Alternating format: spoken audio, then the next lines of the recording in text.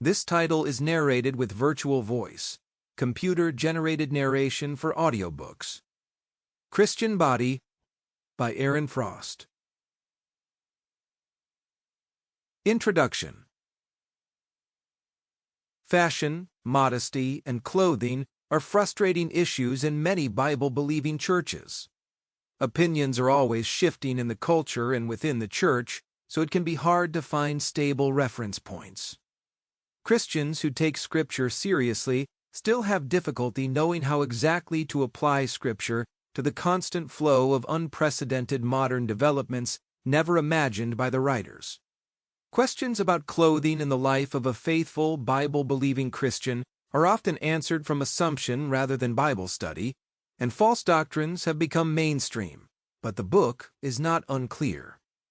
The teachings of the Bible on any topic can be synthesized, yet Christians are deeply divided over the issue of appropriate dress codes. This sends mixed messages about what the Bible actually says. Shouldn't Christians have a unified Bible-based conclusion about clothing, modesty, and nudity? The Bible is a biblical Christian's absolute authority on holiness and God's will, but across history, different doctrines have risen and fallen with the tide of culture.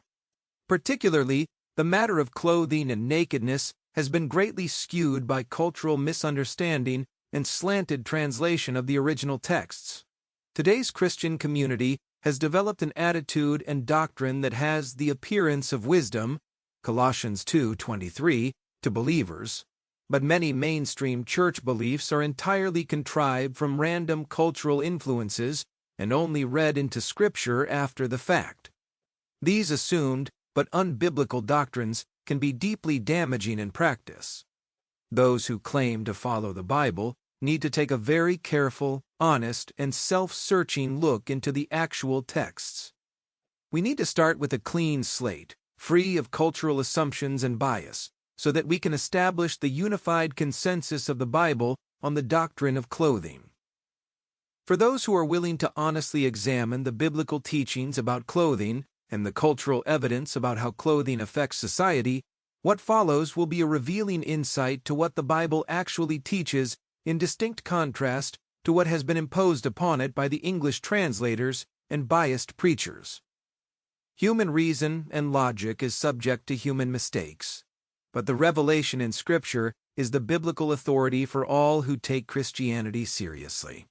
In order to establish a comprehensive position purely from Scripture, I will first consider some of the most important passages of Scripture that either reveal the biblical view of clothing and nakedness or have been misused, misinterpreted, or even mistranslated to teach what is not faithful to the original Greek and Hebrew texts.